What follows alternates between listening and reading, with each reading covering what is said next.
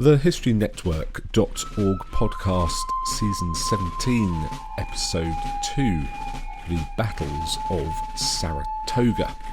This episode was written by Michael Gaby Gross. Michael received his master's degree in history from the California State University, Sacramento.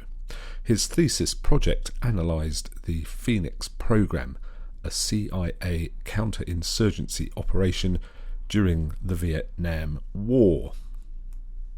On October the 17th, 1777, British General John Burgoyne surrendered his army to American forces under the command of General Horatio Gates, marking the end of an ambitious campaign to isolate the rebellious New England colonies from the rest, with a three-pincer movement, all leading to Albany, New York. There were two battles at Saratoga. The first, the Battle of Freeman's Farm, took place on September the 19th, and the second, the Battle of Bemis Heights, took place on October the 7th. One patriot, Henry Sewall, wrote, "Perhaps an unprecedented instance that near 6,000 British and foreign troops under the command of an accomplished general should surrender themselves prisoners of war in the field to an army of raw Continental Troops and Militia." Burgoyne led his army south from Quebec, expecting to meet Colonel Barry St. Leger and General William Howe in Albany. Instead, Burgoyne's plan unraveled, and his defeat marked the turning point of the American War for Independence, as the American rebels proved to the world that they could sustain the fight and match the British in the field. That all changed at Saratoga. The pro-American voices in Parliament grew louder, while France quickly recognised American independence and drastically increased aid to its new ally. However, it would be 6 long years before the new United States of America could know peace. For the first 2 years, the American rebels faced a series of unending defeats, from Bunker Hill to the failed invasion of Quebec and the disastrous loss of New York City. General George Washington retreated through New Jersey and seemed both unwilling and unable to stop the ever-increasing British army under General Howe. The American cause seemed on the verge of collapse. However, on Christmas night, 1776, Washington and his beleaguered army dramatically crossed the Delaware River and surprised the Hessian soldiers at Trenton, New Jersey. A few days later, Washington attacked the British at Princeton. These minor successes helped sustain the Americans through the winter, but the patriot cause needed a decisive victory. Great Britain also needed triumphs. The war proved costly to an empire still paying off debts from the 7 Years' War, known as the French and Indian War in North America. Burgoyne offered a different plan, a 3-pronged pincer movement to isolate the hotbed of the rebellion, New England, and encourage the assumed more loyal middle and southern colonies to return to the fold. John Burgoyne was born February 24, 1722, in Sutton, Bedfordshire, to Anna and John Burgoyne Sr., although it was rumoured that Burgoyne was the illegitimate son of Lord Bingley, his godfather and benefactor. Bingley's sponsorship ensured a quality education and enough money to purchase a commission. Gambling debts would force Burgoyne to sell his commission on 2 separate occasions, but his marriage to Charlotte Stanley, daughter of one of Great Britain's leading politicians, Lord Derby, secured him the money he needed to advance his career. The 7 Years' War brought Burgoyne promise of advancement as he participated in raids on the French coast, including the successful raid on Saint-Malo, where over 100 privateers and other vessels were burnt before the British escaped unscathed. Burgoyne earned recognition from his superiors and respect from his men, who soon took to calling him Gentleman Johnny. In 1761 he was elected to Parliament while he was on campaign in Portugal. Burgoyne led a combined British-Portuguese force against the Spanish at Valencia de Alcantara, a troop and supply centre, and galloped ahead with his cavalry without the support of his infantry. His impudence paid off with the seizing of large caches of arms and ammunition, along with the capture of most of the Spanish officers and men guarding the town. Burgoyne wrote in his dispatch, "I am conscious that the chief merit of the success was due to the admirable though not uncommon valour and activity of the troops I had the honour to command." A few months later, on October the 7th, 1762, Burgoyne once again led a surprise attack against the Spanish at the Battle of Villa. Charles Lee, a future general in the Continental Army, was a lieutenant colonel who led the initial assault on the town of Villa de Rodeo. Upon his return to England, he received great laurels and a promotion to full colonel before finally taking his seat in Parliament.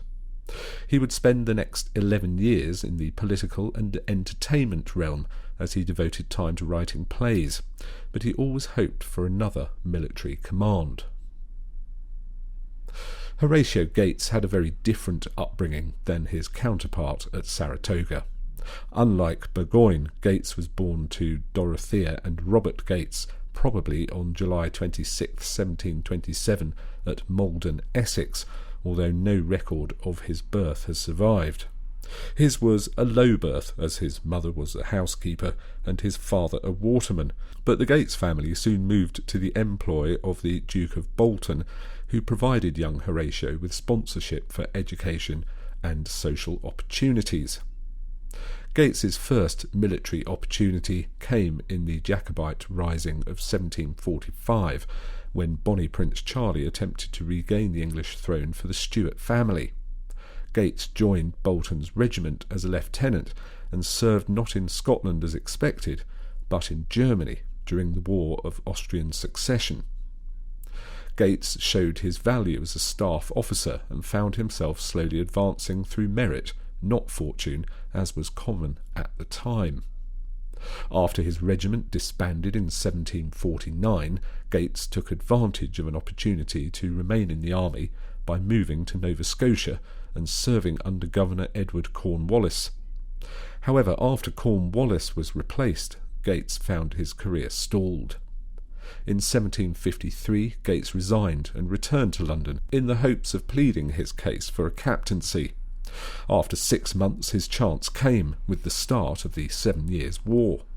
Gates returned to Nova Scotia as a captain in the 4th Independent Company of Foot. Newly minted Captain Gates married Elizabeth Phillips in October 1754 upon his return to North America.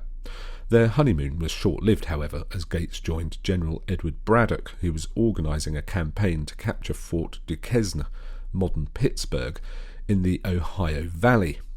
In Maryland, where Braddock's forces gathered, Gates met George Washington for the first time. Washington was celebrated in London for his report of the Battle of Fort Necessity the year before. "I heard the bullets whistle, and believe me, there is something charming at the sound."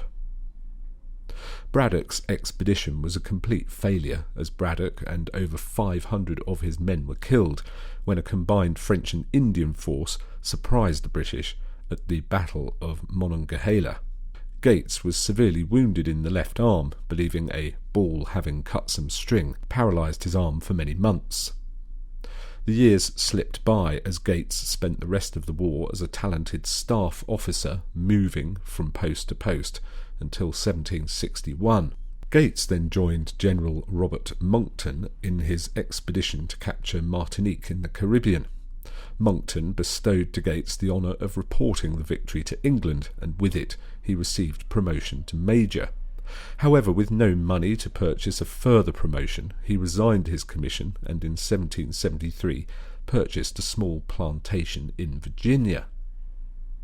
Both Burgoyne and Gates expected to resume their military careers with the start of the revolt in the colonies.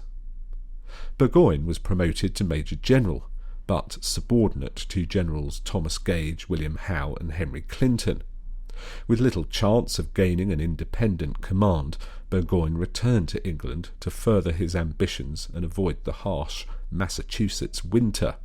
Back in London, Burgoyne briefed George III and new Secretary of State for the Colonies George Germain on North American affairs and wrote a lengthy report, Reflections upon the War in America, which discussed the need for a campaign from the north to cut off New England from the rest of the colonies. Lord Germain favoured this plan and organised a combined force of British and Hessian troops to reinforce General Guy Carleton at Quebec, currently under siege by Continental forces, and then begin the campaign to capture the strategically important Hudson River Valley. Arriving in June 1776, now Lieutenant General Burgoyne led the counter-offensive against the American forces. By this time the siege had stalled and the Americans suffered from a smallpox outbreak. The Americans retreated to Crown Point, where Carleton ordered a halt to the pursuit. A frustrated Burgoyne argued the necessity of pursuing the fleeing rebels. He openly criticised Carleton's decision and wrote regularly to Lord Germain complaining of his superior in Canada. Burgoyne once again set sail for London in the hopes of securing an independent command. When word of the skirmishes at Lexington and Concord reached Virginia, Gates rushed to Mount Vernon and offered his services to George Washington. Washington accepted, and when the Continental Army began organising, Congress appointed Gates Brigadier General and Adjutant General of the new army. Gates used his experience as a staff officer in the British Army to build the new Continental Army from scratch. But Gates was not happy in his administrative role. He wanted a field command. Using his connections in Congress, Gates was promoted to Major General and took command of the Canadian Department. This put Gates into conflict with General Philip Schuyler, commander of the Northern Department. The two generals struggled to define the units and forts that were included in each department. Historian Richard M. Ketchum wrote, "The jockeying of generals and colonels for higher rank was abetted by powerful cliques and individual members in Congress who wanted to see local or regional favourites advance. This was a source of bitter wrangles and enmities, threatening the very cause for which these men were fighting." Gates was a master of using his connections in Congress to further his career. New Englanders disliked the wealthy Schuyler, believing his interests differed from those of the common soldier. Schuyler was believed to be a wolf in sheep's clothing, and the New England colonies refused to support the Northern Army. One Schuyler supporter had a very low opinion of the Yankees. "No man was ever more disappointed in his expectations respecting New England in general than I have been. They are a set of low, griping, cowardly, lying rascals." Schuyler requested more reinforcements and supplies from Congress to prepare to resist Carleton's expected invasion, but was quickly disappointed in the response. Both Congress and General Washington believed Fort Ticonderoga, captured by the Americans in the early days of the war, could withstand a British attack. However, Schuyler understood Ticonderoga's weakness. It was built by the French to halt British-American advances from the south, not an assault from the north. Combine that with smallpox and dysentery ravaging his men, Schuyler could not put up much of a defence. Meanwhile, Gates was in Baltimore, successfully pleading with Congress to appoint him commander of the Northern Department. Using his popularity among the New England congressmen and militia, Gates received overall command and leisurely made his way back north. However, Burgoyne and his British Hessian army refused to wait for Gates. They were on the march. In May 1777, Burgoyne returned to Quebec armed with more reinforcements and new orders. These orders, signed by Lord Germain, gave command of the upcoming campaign to Burgoyne rather than Carleton. In Burgoyne's approved plan for the campaign, Burgoyne would lead an army of about 8,000 men south from Quebec through the Hudson River Valley to Albany, New York. A second column of 2,000 men, led by St. Leger, would march from the west through the Mohawk River Valley and meet Burgoyne in Albany. The third pincer would come from the south, led by Howe, who would lead his army north from New York City and link up with the two other columns in Albany. Howe did not intend to fulfill his part of the campaign. Germain did not provide him with specific orders to assist Burgoyne, and Howe already had a campaign of his own in mind. He would take the rebel capital at Philadelphia and await the inevitable attack from Washington. Howe would receive the glory for Washington's defeat and the end of the rebellion, while Burgoyne made an insignificant advance in New York.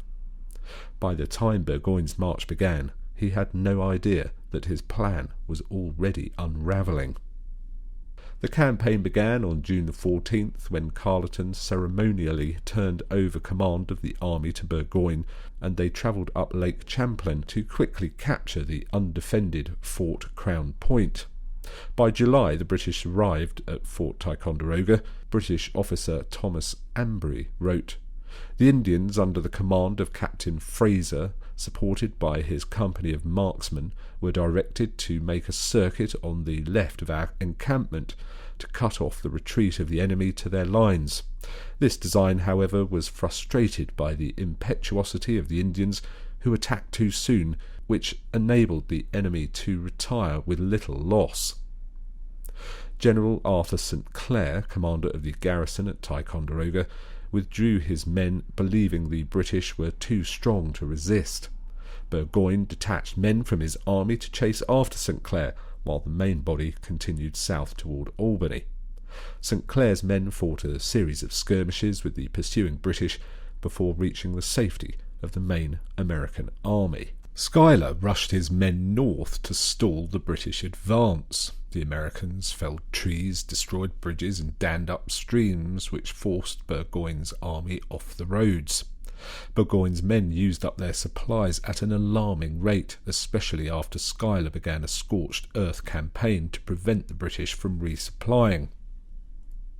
Despite the setbacks, Burgoyne's army was joined by Indian tribes from the Great Lakes region, who scouted for the British and were eager to pillage American settlements along the way.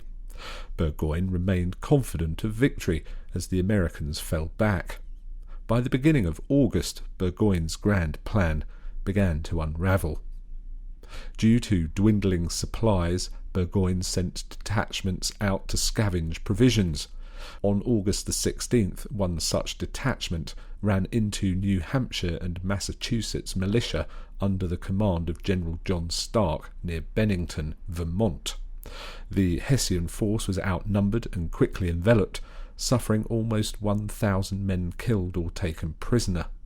Another setback originated from Colonel St. Leger and his march through the Mohawk Valley. St. Leger had early success against American militia, ambushing an 800-man column at the Battle of Oriskany. Schuyler ordered Benedict Arnold to lead a Continental and militia relief force to Fort Stanwix. When the British heard of the approaching reinforcements, their Indian allies abandoned the field and St. Leger's campaign. Left with little choice and outnumbered by the Americans, the British retreated as well. The last setback in Burgoyne's grand plan lay with William Howe. When Lord Germain sent Burgoyne to Quebec with new orders, he also sent orders to Howe, urging him to cooperate with Burgoyne. These orders were not definitive, and Germain never saw fit to write clear orders of support or mention Burgoyne again. Howe proceeded to plan a campaign to capture Philadelphia, and expected the capture of the rebel capital would end the war. However, Congress fled, and the British found the city mostly deserted. Burgoyne was on his own. When Gates formally took command of the army at Albany, he excluded Schuyler from all war councils, making it known that Schuyler's services were no longer required. Schuyler left to demand a court-martial to clear his name. He would later be vindicated, but resigned from the army in 1779. Gates's army was reinforced by Daniel Morgan's riflemen and militia units, who turned out after the American victories at Bennington and Fort Stanwix. However, it was the murder of loyalist Jane McCrae by Burgoyne's Indian scouts that stirred the passions of neutral New Yorkers and swelled the ranks of Gates's army. Thomas Anbury described the events surrounding McCrae's death. Some Indians who were out upon a scout by chance met with her in the woods. They at first treated her with every mark of civility they are capable of, and were conducting her into camp, when within a mile of it a dispute arose between two Indians. One of them, who was fearful of losing the reward for bringing her safe into camp, most inhumanly struck his tomahawk into her skull, and she instantly expired. McCrae's scalp was hung in camp as a trophy, where a loyalist officer, David Jones, recognized the hair of his fiancée. Burgoyne was outraged at the killing and demanded his Indian allies turn over the culprit for execution. Burgoyne was quickly warned that any reprisals taken on the Indians would lose him his scouts, and the Indians would attack anyone they found, British soldiers or American civilians. Burgoyne was quickly warned that any reprisals taken on the Indians would lose him his scouts, and the Indians would attack anyone they found, British soldiers or American civilians, in their return north. Burgoyne had to ignore the killing. Gates, however, would not ignore it. He published a letter addressed to Burgoyne condemning the British for unleashing the Indians upon the local population. The miserable fate of Miss McCrae was particularly aggravated by her being dressed to receive her promised husband, but met her murderer employed by you. Upwards of 100 men, women and children have perished by the hands of ruffians to whom it is asserted you have paid the price in blood.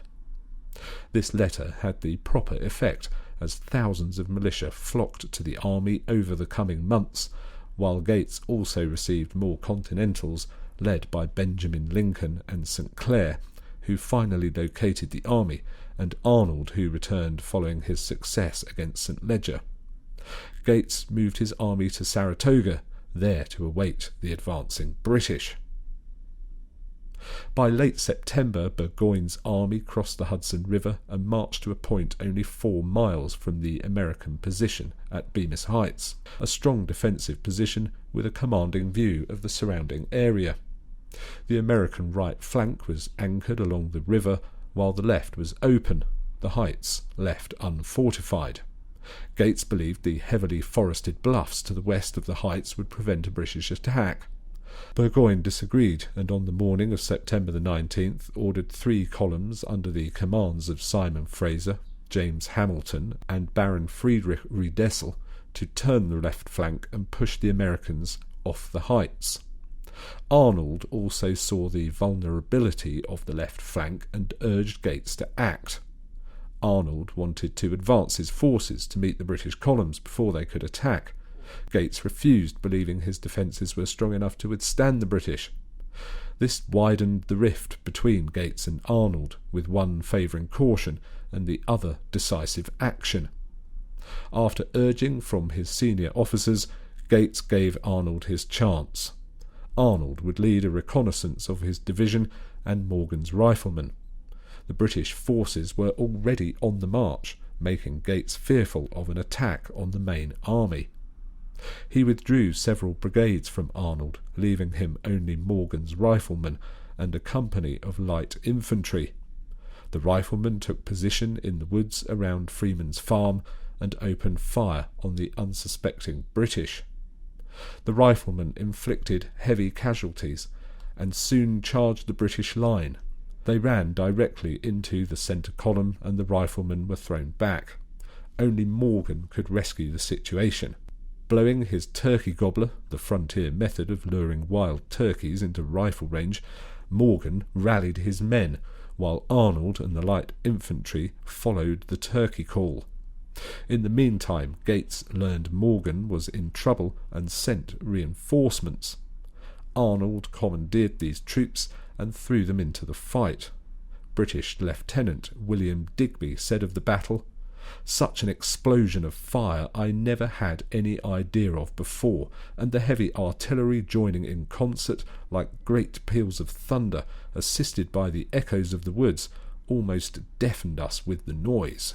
The second phase of the battle moved further west as Ebenezer Learned's brigade met Fraser's column.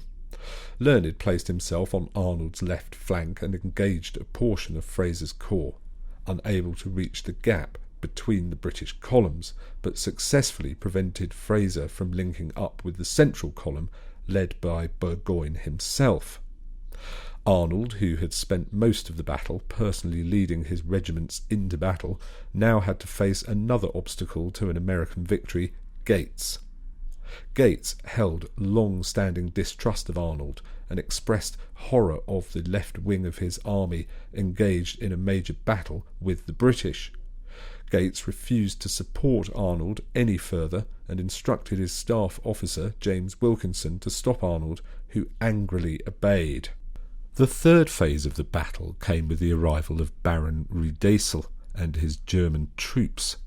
Upon hearing the sounds of the battle, Riedesel marched his men on the double to Arnold's exposed right flank.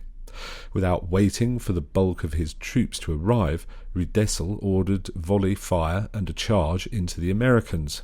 Arnold was no longer on the field to coordinate a counter-attack against this new threat.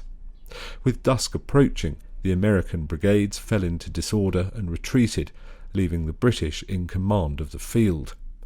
Darkness prevented their complete destruction, and soon returned to the fortifications on Bemis Heights. The Battle of Freeman's Farm was a Pyrrhic victory for the British as they held the field, but suffered nearly 600 casualties, while the Americans suffered about half that. Both headquarters debated their next move. Ambury said of the aftermath of Freeman's Farm, "We have gained little more by our victory than honour. Instead of disheartened and flying enemy, we have encountered a numerous and, as we have lately experienced, a resolute one." Burgoyne held council and delayed renewed action against the Americans for several days. In the meantime, Burgoyne sent messengers to New York City to plead with Henry Clinton, left behind by Howe to guard the city, to send reinforcements north and attack the Americans in concert with Burgoyne. Clinton declined this initial request as he feared losing New York City. However, he did expect reinforcements from England to arrive soon and agreed to then make a small demonstration north to pull away enough of Gates's army for Burgoyne to take advantage. Encouraged by this, Burgoyne decided to delay the wait for Clinton. However, by October the 4th, there was still no sign of Clinton's imminent arrival or his actions having any effect on Gates's army. Burgoyne met with his generals to discuss the next move. He had cut the army's rations down to 1/3, but supplies still dwindled quickly. Either Burgoyne ended the campaign and returned to Quebec, or he destroyed the American army. Baron Riedesel and Fraser favoured retreat, but Burgoyne refused to even consider it. He proposed another attack on the American left flank, still believing in the vast superiority of his soldiers to the Continentals. The attack would commence October the 7th. Meanwhile, conflict exploded within the American camp. Gates and Arnold were openly hostile towards each other, as Arnold vainly attempted to stir Gates into mounting a counter-attack. However, Granny Gates, as he was known for his age and caution, declined to go on the offensive. Gates reported the army's action to Congress and failed to give credit to Arnold, despite Arnold personally leading the attack and Gates remaining in his tent. Ketchum wrote, "This was the sort of backhanded insult guaranteed to drive the vain, ambitious Arnold into a fury, and it was coupled with an action by Gates that proved the final straw. Orders announced that Morgan's corps would no longer be under Arnold's direction, but would report directly to the commanding general." Arnold would not quietly sit by and allow his command to be transferred to other men. Arnold burst in on Gates, where the two cursed and shouted at one another until Gates informed Arnold that when Benjamin Lincoln rejoined the army, Gates would no longer have any use for Arnold. Arnold stormed out of Gates's tent and penned a long letter to the general, listing the slights and insults he had suffered at the hand of Gates. Arnold concluded the letter with a request to join Washington's army where he could be more useful. Instead of addressing any of the issues, Gates told Arnold he was free to leave at any time. The American army continued to grow during the interlude. Militia swelled the ranks, and by October the 7th, Gates commanded over 12,000 men. Skirmishers regularly engaged with their counterparts and carried off prisoners. One such engagement took place while Gates dined with his generals. Arnold, who refused to leave the army with the enemy so close, once again urged an attack, which was supported by several officers. Gates again declined, believing in the strength of his defences. The sound of firing brought an end to the debate. Arnold requested permission to ride forward to assess the situation, but Gates replied that he did not trust Arnold alone and sent Lincoln out with him. They returned with a report of firing along the Hudson River, but they also saw a large force approaching the left flank. Gates sent Morgan and the light infantry to meet the British. Arnold could not control himself. He told Gates, "That is nothing, you must send a strong force," to which Gates replied, "General Arnold, I have nothing for you to do, you have no business here." Lincoln stepped forward and encouraged Gates to send a larger force. 3 Continental regiments were added to Morgan's force, while militia units were brought up in support. The Americans waited until the British were in close range before opening fire. Morgan's riflemen used the woods as cover as they picked off British and German officers. One such casualty was Simon Fraser, who led the advance. One of Morgan's men, Tim Murphy, a legendary sharpshooter, frontiersman, and owner of a unique double-barreled rifle, is credited with firing the mortal shot to Fraser. With their general down and already suffering heavy casualties, paired with the sight of a fresh brigade marching towards them, the British routed. Poor's men advanced to capture prisoners and artillery too slow to escape. Back in the American camp, Arnold, who could not long endure the inaction, downed a ladle full of rum, shouted "Victory or death," and rode to the front. Gates sent one of his aides to bring Arnold back. However, despite the aide chasing Arnold for several hours, he could not catch up with the insubordinate general until the fighting concluded. Arnold found regiments of Poor's and Learned's brigade and led them in an attack on British defences near Freeman's farm. A fierce fight erupted over control of the redoubts, and the American advance stalled in the face of withering British fire. Arnold, recalling the American failure to follow up their attacks in the previous battle, ordered a charge. Gathering all the troops around him, Arnold raged forward, swinging his sword in encouragement as his men braved musket fire and grape shot. Arnold pushed Learned's brigade into the exposed right flank of the British line. James Wilkinson witnessed the final attack. The Germans were assaulted vigorously, overturned in 5 minutes, and retreated in disorder, leaving their gallant commander, Lieutenant Colonel Breyman, dead on the field. As he led his charge, Arnold's horse was killed, collapsed on top of him, and broke his leg. However, by this time the battle was over. The Americans stormed over the redoubts, overwhelmed the defenders, and took possession of artillery, ammunition, and other baggage. As he lay on the ground, his leg being examined by a surgeon, Arnold called to his men, "Rush on, my brave boys!" Gates's aide finally caught up with Arnold, and the wounded yet defiant general finally allowed himself to be removed from the field. With his line of communication with Quebec now threatened and the British camp exposed to attack, Burgoyne had little choice but to retreat. Between the two battles, the British lost nearly 1,000 men killed, wounded or captured. They retreated to Saratoga, where Burgoyne took Philip Schuyler's house as his headquarters.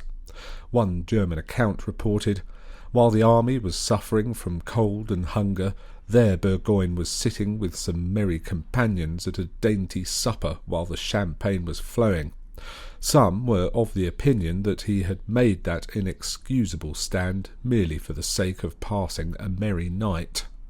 No help was on its way either. Clinton made small diversions, Howe basked in his capture of Philadelphia, and Carleton, still feeling the sting of being passed over for command of the campaign, refused to send reinforcements. Gates's advance forced the British to withdraw from Saratoga, burning Schuyler's house as they departed, an act that Schuyler later forgave Burgoyne as a necessity of war. The British, almost completely out of supplies, were under constant sniper and artillery fire. Burgoyne remained indecisive, unwilling to consider surrender, nor acknowledge the rapid deterioration of his army. As Gates's army closed in from the east, west and south, John Stark and his New Hampshire militia blocked the north. Burgoyne's army was now completely surrounded. Desertions magnified as the hungry and exhausted soldiers lost hope. On October the 13th, Burgoyne called for a council of war to determine the army's next move. There Burgoyne admitted that it was now impossible to defeat the Americans and raised the possibility of an honourable surrender. The commanders favoured surrender, and Burgoyne produced a draft of surrender terms to be sent to Gates the next day. Gates received Burgoyne's representative and informed him that the British must agree to an unconditional surrender. The British officer reported back to Burgoyne, and his generals now declared unanimously that they would rather die than accept such dishonourable conditions. Burgoyne, wishing to avoid unnecessary bloodshed, again proposed terms to Gates with slight alterations. To the surprise of both the British and his subordinates, Gates accepted the terms immediately. Shocked by Gates's sudden change, Burgoyne hesitated. Despite being the author of the surrender terms, Burgoyne now sought to understand Gates's motive for changing his mind. Had Clinton or Howe finally come to Burgoyne's aid? Was Gates trying to take Burgoyne before the Americans were surrounded and destroyed?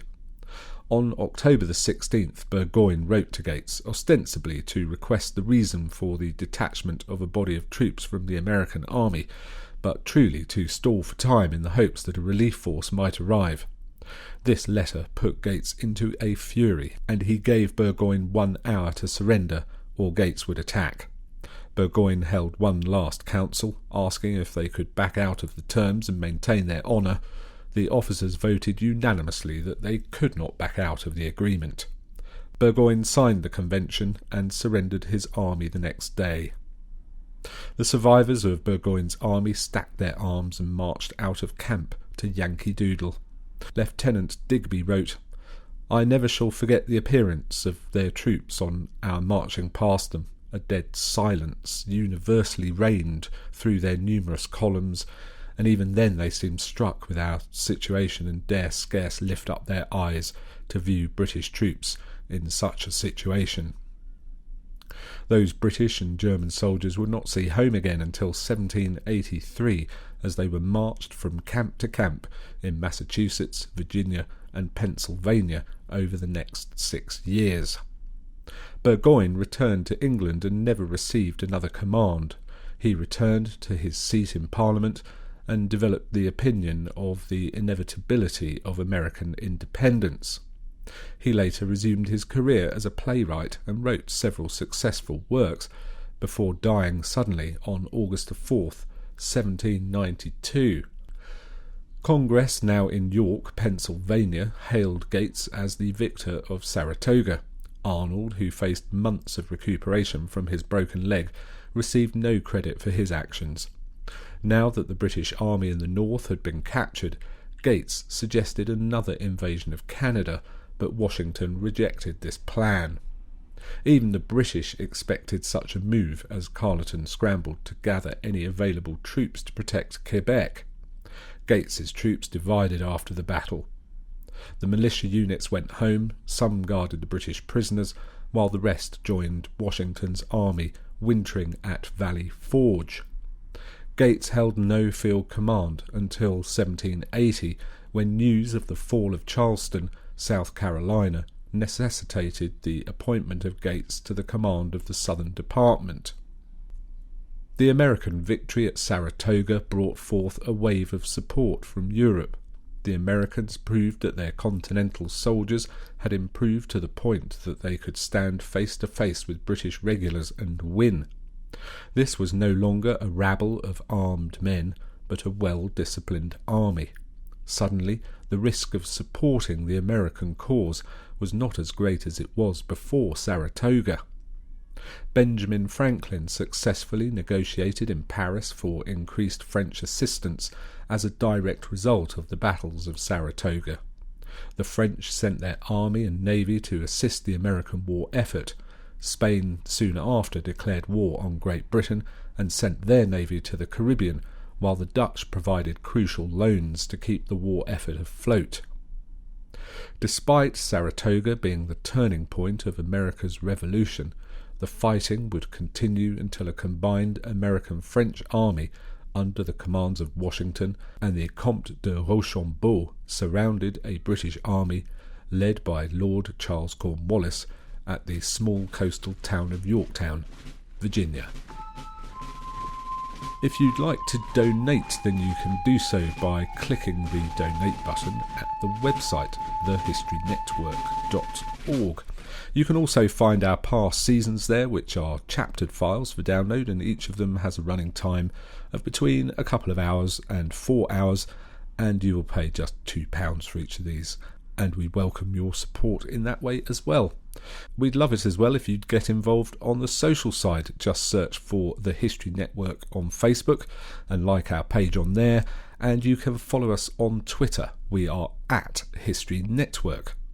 You can, of course, drop us a line too, info@thehistorynetwork.org. So do get in touch if you've got ideas for future podcasts, would like to write a script for us, or want to bring us up on an error or point of contention. Whatever it is, we love to hear from you. Thanks again for listening. You've been listening to the historynetwork.org podcast, written by Michael Gaby Gross, read by Nick Barker. Barker.